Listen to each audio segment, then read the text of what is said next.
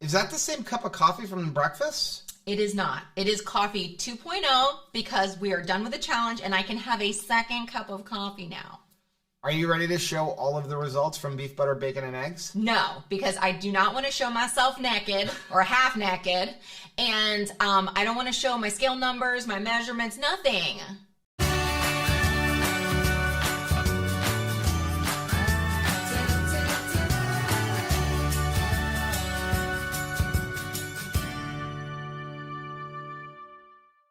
Hey, what's up, family? I'm Rachel. And I'm Joe. And we are Two Crazy Ketos. And if you're new to our channel, welcome. Here on Two Crazy Ketos, we do different things like recipe videos and we do product reviews. Sometimes we do stupid challenges. Yeah. And then every Monday, we sit down on the couch for Keto on the Couch. We just kind of talk about what's going on in our lives for the week. You can find us in different social media platforms like Facebook, Instagram, and Twitter. And we have a website, which is twocrazyketos.com, and that's where you're going to find all of our different recipes.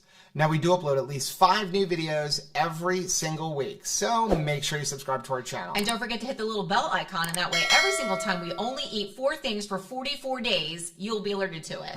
So, we are 2 days after beef, butter, bacon, and eggs. It's been an interesting journey. It really has. It really, really has. It's been an eye-opening journey. So we were going to put this into a vlog, and then we decided not to put it into a vlog because I think it's too important, and we don't want to have an hour-and-a-half long vlog because we're going over our measurements. So we do have a fairly busy day. Rachel's going to get her hair cut. It's time. It looks like a shaggy dog. And Anthony and I are going to be continuing the renovation here in the studio. We have to do some spackling and some sanding and things like that. So we figure before we have to cover all of this stuff with a tarp, we would sit down really quickly and go over all of our measurements and our pictures. And you may not want to see this. Not super happy with some of the stuff that we came across as we were looking at all of the results. But we're going to go over it all right now because we have slides. We do. I don't know. I'm a little nervous to get into this. You are. But, well, here's the thing. We were kind of surprised by the results. So do you want to start with you? Or yeah.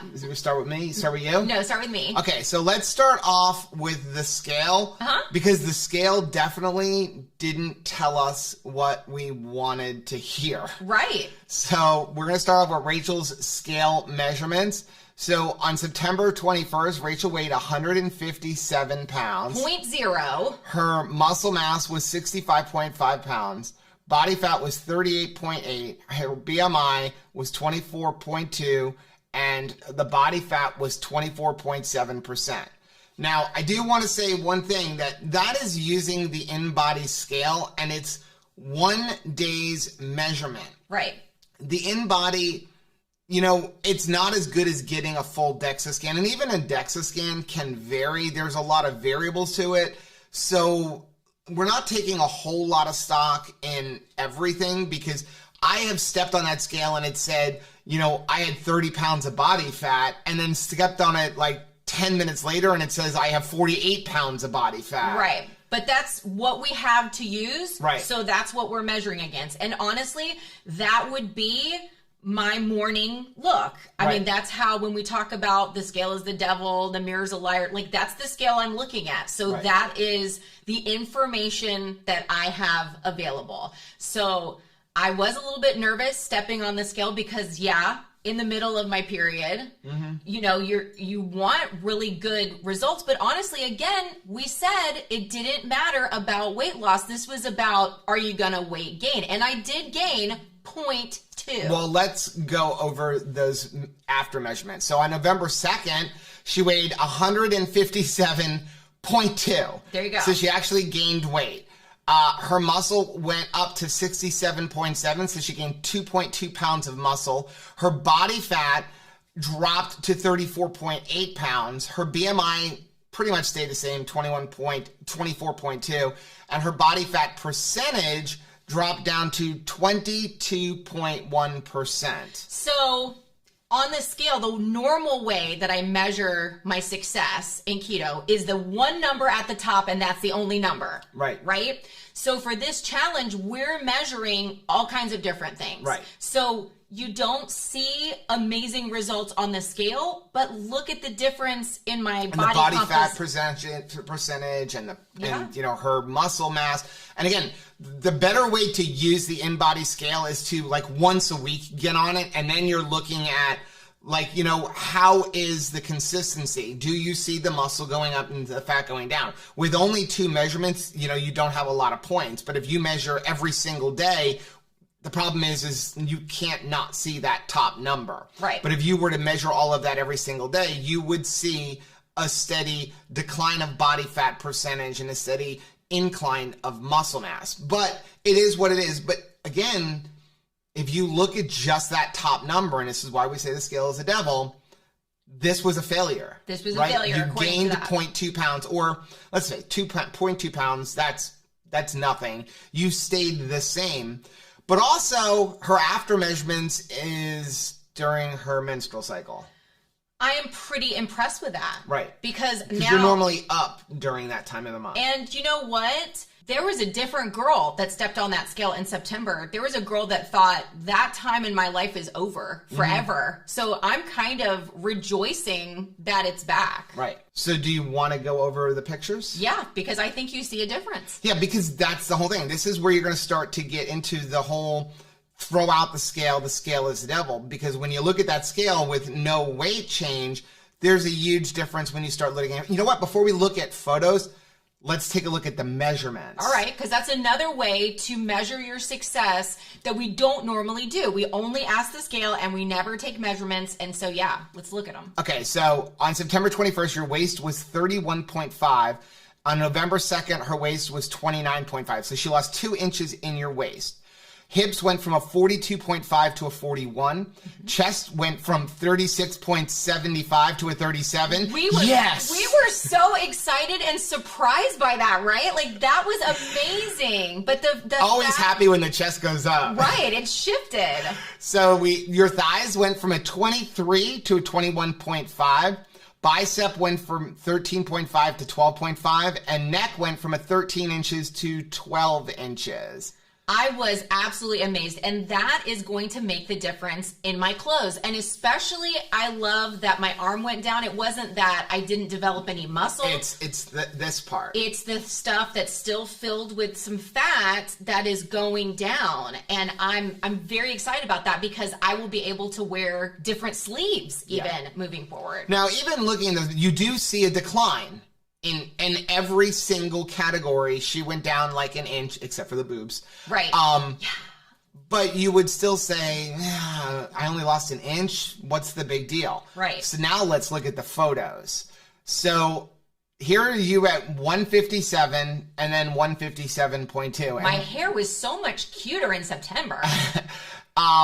Look at the waist. Look at your thighs. Look at your hips. I mean, I see a noticeable difference, especially around the midriff. Yeah. Now, people ask all the time, do you have any loose skin or skin that doesn't look like tight and great? Yes, obviously, clearly. So, I mean, we're putting it all out there with these pictures. But yeah, it's still a thing. But I love that all of a sudden I'm having some definition in here, which is really, really nice. Let's take a look at from the back. And that's where I really see a difference in you. I definitely got sunburned when we were in the Keys. But look, your back boobs way down. Yeah. Look at your hips. Look at your butt. Look at the broadness of my backside. Like your shoulders. Like look at your shoulder area. All of that got way better. Then we're going to go to the left side. And again, look at your stomach. Look at your hips. Look at the Even difference. you can see the difference in your thighs, like right where your hand is. In my butt. Like, it's not a Dunlapping over. Like, that was amazing. And then here is the right side. And again, look at your stomach. Yeah, the width of my stomach and butt, like what a difference in change. Like I'm absolutely blown away by those results. But normally when I'm doing my day-to-day, month-to-month living, I don't take side-by-side pictures in the same outfit. In fact, you can see I broke the back of my bathing suit. That's why I'm like, oh my goodness, we still have to wear this thing. So I pinned it so we could be in the same outfit so that there's no manipulation or anything of wearing something that would fit better or something. Right. So yeah, I was amazed. You ready to get into mine? Yeah. Okay. So let's start off with my starting stats and my finishing stat. So on September 21st, my weight was 204.6. My muscle was 88.2 pounds. Body fat was 49 pounds. BMI was 27.7. And then my body fat percentage was 24. Now, I want to say two things about those numbers. First of all, that was actually my lowest weight. That was us coming home from Keto Palooza. And I was really impressed because when I left for Keto Palooza, I was like 207, which is the highest that I have been. Well, I shouldn't say that. I was like 210 at one point during the year. But I really was up about 20 pounds or so, since I started keto and gotten to my lowest weight. My lowest weight was right around 185. So, to see that number, that wasn't even the number, but that is where we started at. And just a reminder again that, the percentages for the body fat and percentages just based on one day, it's not an average, and you would have a much more accurate thing if you would do a DEXA scan. But DEXA scans by us here are relatively expensive, around $150. So let's go over that November 2nd. So on November 2nd, I weighed 195.8. So that's approximately a 9-pound loss. Wow. Muscle, 88.5 pounds. So pretty much my muscle stayed the same. Body fat, though, I have 40.4 pounds of body fat, at least on the day that I stepped on this in-body scale. So it's basically saying you lost body fat, which is exactly what you wanted to do. And according to this in-body, my BMI is now at 26. I don't put a lot of stock in BMI. And my body fat percentage dropped to 21.2. That is incredible. So for me, being on BBBE, I lost a tremendous amount of body fat. Now, again, those results as far as the body fat percentage and everything, they could be off because I've been on it where it said that was my body fat, and then I've been on another day where it said my body fat was 75 pounds. So you really need to look at the pictures, and that's why the pictures and the measurements are most important. So let's go over the measurements first. But before we do, I want to just say, as usual, we were on the same challenge. Y'all saw us eating side by side the same food, and what happened? The man loses the weight and the woman doesn't as quickly. Now, stuff was happening. Clearly, stuff happened that I wanted to happen. But a lot of times you may have a partner where they see it on the scale and you don't want to throw in the towel just because that's what's happening. And the other thing is you have to realize the difference between men and women, there's hormonal differences. But also, your body probably has a lot more healing to do than my body. I think so, because for sure. You have, as we've discussed through this entire challenge, you really have an issue with being afraid to eat because you're afraid to see a difference on the scale. And as we've discussed, we were seriously under eating. But see, I was eating more because I was going off without Rachel being around to eat extra food because we try to be equal. And I know it's a messed up thing, but this is part of our food issues that we need to eat the same thing. But listen, I'm a man who weighs 50 pounds more. I should need more food. That's right. So though I think my body has healing to do, your body probably has more healing. And Definitely. If you were to stay on this even longer, I think you'd really start to see differences as your body has gotten used to eating double or triple of the food that you were eating pre-BBB&E. Because this is a 90-day challenge. We only did it for 44 days, but It's a 90-day challenge. Well, let's go over the measurements before we get into the pictures, because even with me, I was not impressed by the measurements at all. So on September 21st, my waist was 41 and it dropped to 39 on November 2nd. I'm pretty impressed by that. My hips are 42.5 and then they dropped to a 41. Chest went from a 43 to a 40. That was huge. Thighs went from a 22 to a 20.5. Bicep stayed the same. Neck went from 15.75 to 15. And yes, there's a difference in most of those areas, but not enough for me to be like, 45 days of only eating beef, butter, bacon, and eggs? Like, is it worth it to lose 2 inches? I can lose 2 inches eating a lot of other stuff. The only thing is, 2 or 3 inches in your chest, that makes a huge difference. But it doesn't sound like it would. When you think just 2 inches, 2 inches, should that take me from wearing a large, borderline extra large, to now wearing a medium? Yeah. So that's, for me, not as impressive until I saw the pictures. Yeah. Because I, again, looking in the mirror, did not see a difference. The mirror is so distorted. So here's me on September 20th at 204.6 in all of my glory of underwear.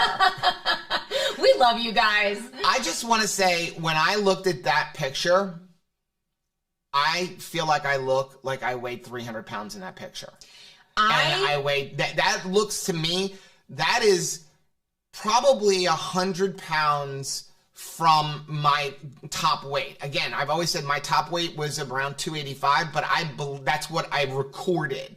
I really believe I was over 300 pounds because my last known recorded weight was 6 months before I actually started, keto. I was just afraid to get on the scale to see 300. A lot of chaos in 6 months. So that, to me, I look ridiculously heavy there, in my mind. Well, for me, looking at it, when I just saw it alone, when we first took it, I'm like, you look great, honey. Because even as your partner, I'm seeing you every single day. And even the changes happen slowly. Yeah. And so I just gradually, the biggest indicator that stuff was really happening was your change in shirt. Like, I would see you on a daily basis in a shirt that I'm used to you being in, all of a sudden look like a parachute. Also, the boxers that I'm wearing there are a medium because I'm really cheap, and I've just been stuffing myself into a medium because I don't want to go buy underwear, because for some reason, men's underwear are like $15 a pair. I just like that your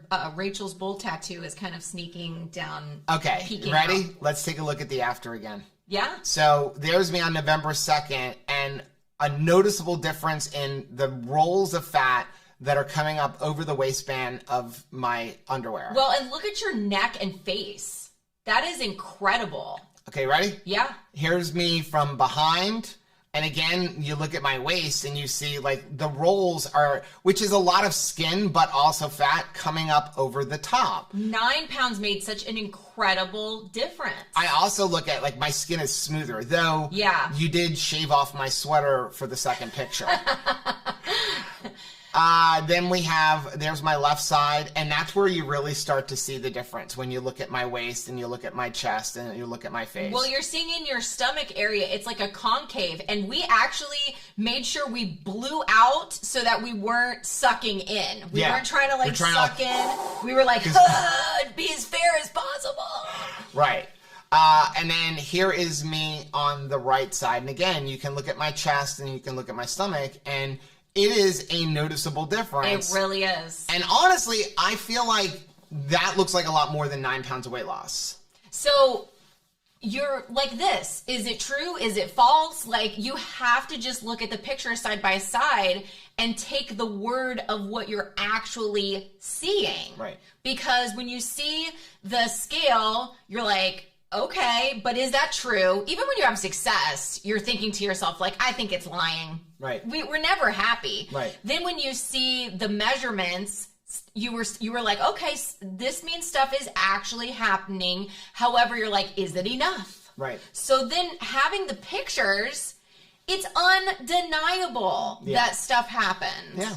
So before we finish this up, we were talking about some things, and one of the questions that we get from a lot of people is, should I do beef, butter, and bacon eggs? Do you think it would benefit me? So we were just talking, and we came up with like 3, well, I would say more than 3, but 3 personalities or types of people that would benefit from doing a BBB&E challenge. Yeah. So the first person is going to be a person who doesn't like to track their food. They're definitely going to benefit from eating B, B, B, and E. I absolutely believe that, because while we were on it, we did not track anything. We did not care about fat content. We were not caring about how many carbs were in the egg. We were not caring about calories at all. We just ate food. Right. So with beef, butter, bacon, and eggs, we did not track a single thing. We didn't even try to make it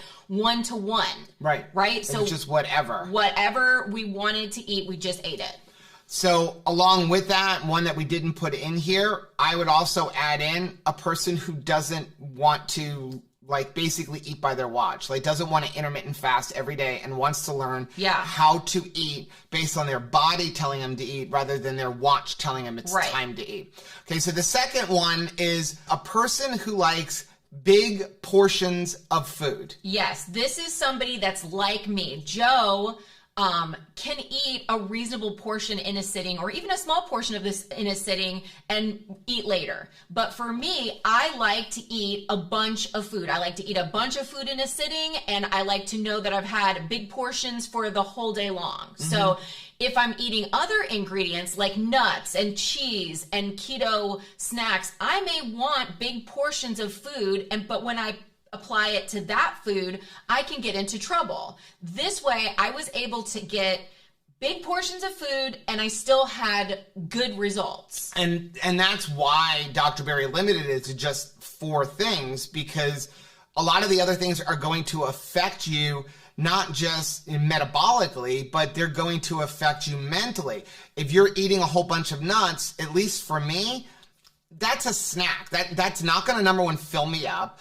And it's going to not like have this thing in my mind where I'm like, oh, you already ate a meal. Because let's face it, like a portion of nuts is not a meal. That's why we actually have that video, I'm going to leave a link for up here, of 10 things that we mindlessly binge on that could possibly be causing a stall. And honestly, I think that we pushed the limit of eat as much as you want until you're comfortably full much further than the average person. Like when he said eat as much as you want, we ate as much as Rachel wanted. We ate an entire brisket in a day. We ate an entire flank steak in a day. We ate, between the two of us, a 6-pound roast in a day. Well, that is a lot of food. And we have received criticism of like how much, like it's a disgusting amount of food you're eating, Rachel.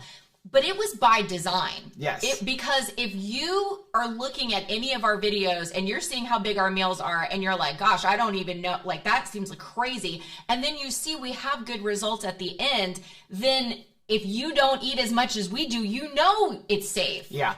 So the third one is people who get bored with eating the same thing. I was actually surprised by this. And I know, you're probably going, what do you mean people who get bored? How are they going to benefit from beef, butter, bacon, and eggs? That's pretty simplistic. But there's beef, butter, bacon, and eggs encompasses a lot of things. A lot of things. Can it get boring if you're not adding a whole bunch of sauces and stuff like that? Possibly, but that's where you start exploring with making butter mayonnaise, or putting mustard on your roast before you cook it, or using different cuts of meat, trying different types of bacon and those kind of things, where we ate variety. We ate things that we never have eaten before. Yeah, and we used all kinds of different cooking devices. So whatever you have, if you have a frying pan, if you have an air fryer, if you have a griddle, if you're just using your oven, you have a pellet smoker, you have a Kamado Joe, however you want to cook food, there's something for it. An Instapot, there's something to be utilized, and we had something different all the time. So to sum it up, I think everybody can benefit from beef, butter, bacon, and eggs. Is it a requirement? No. We're not saying like, hey, this is the only way you're going to have results. But if you're in a stall, I think this is a great way to get out of a stall.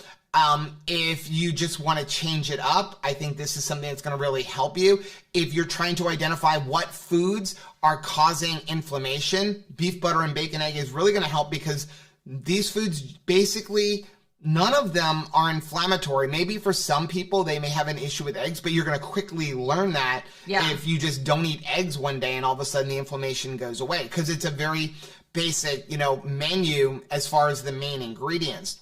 So I think everybody can benefit from it. Now, again, we are not doctors or nurses or health professionals or anything like that. We just lived it. We've gotten a couple of messages from people about, well, diabetics can't have this. I disagree, because when you're eating this way, you are basically eating zero carbs. The issue for diabetics is blood sugar, is glucose. And so you're not eating anything that's going to elevate it. Now, can protein elevate your glucose? Yes. Dr. Berry said, don't worry about that. It's not the same as eating a bunch of carbohydrates. But here's the thing. When your body needs glucose, it is going to create it from fat, from muscle, or from protein. So you can eat nothing and see a glucose spike if, like, for example, you go to work out. I mean, I've had times where I was doing a 72-hour fast and my glucose jumped up 30 points when I got up at 3 a.m. to go to the bathroom. How does it jump up 30 points if I haven't eaten anything in 72 hours? Because my body made glucose. Well, it jumps when you see me too, coming through the door. That's absolutely true. Now, one other group of people that I want to specifically say this would be a blessing to, outside of just everybody, is somebody who you're going through a season where you need to not have inflammation, you need a clear head. Like, I think about a student that's going through testing, somebody where you're caring for another person, and so you need to be well so that you can be your best self for that other person. We felt so fantastic every single day. Once we pushed past I don't get as much caffeine as I usually do, once you kind of go through that little bit of a detox, then the rest of the time, no headaches. We slept fantastic. You know, I think about this with even new parents that are like, hey, I need to be my best self because we're going through this infant stage. All of those people would benefit from this challenge. And one thing that I really want to hammer home is, you look at those pictures and you see results, and you look at the measurements and you see results. And you look at my scale and you see results, but with Rachel, you don't. But what those numbers and those pictures don't show is the thing that I think is the most important thing. Number one, it is not showing your body healing. Okay, so you can't see that in that, because that's a feeling. That's knowing and feeling better, and you can't ever put that onto a picture that you feel better. Right. But the other thing that it is not showing is that we have repaired our relationship with food. To think that before we were terrified to eat, that Rachel would go to Keto and they're like, I'm not eating today because I don't want to look heavy when I'm talking to people. Yeah. And that it's just a mental thing. And to come into this and know that now it's okay if I don't intermittent fast every day. I can eat more. Fat is not a bad thing, because we weren't measuring anything. And to know that eating the unlimited amount of the right foods is not going to affect me negatively, that to me is the most important thing and the biggest thing that we learn. Me too. And to sum it all up, would we do this challenge again? My answer for me, yes, absolutely, I would do this again. What about you? My answer is definitely yes. I felt great and I had results. Why wouldn't I want to do this again? Yeah. And moving forward, though we're not going to only eat beef, butter, bacon, and eggs, we are going to try to keep it like this, have a dessert day, incorporate some other things, and eat more of a ketovore thing. And when we do want something like, a keto brick or a mallow bar or some kind of a keto bar or the Good Lovin' bars, put that in its place and eat it with the meal as a dessert, over having one just like, hey, I really want to eat. I just want to snack on something and eating one of those, because I think that's one of the things that got us into trouble.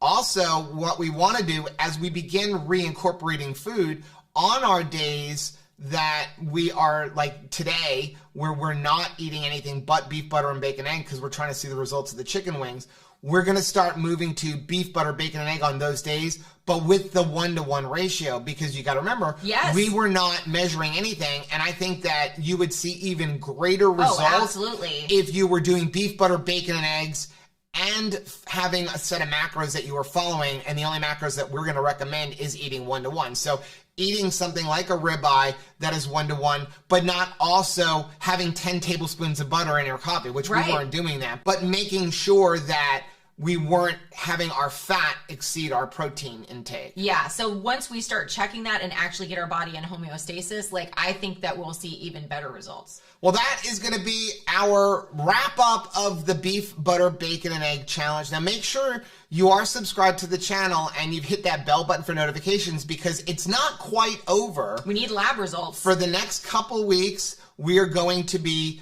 going over and figuring out what foods we need to reincorporate, which is why we're going to continue daily vlogging for a little while. And we're going to start adding things back in, and you definitely want to see what happens after beef, butter, bacon, and eggs.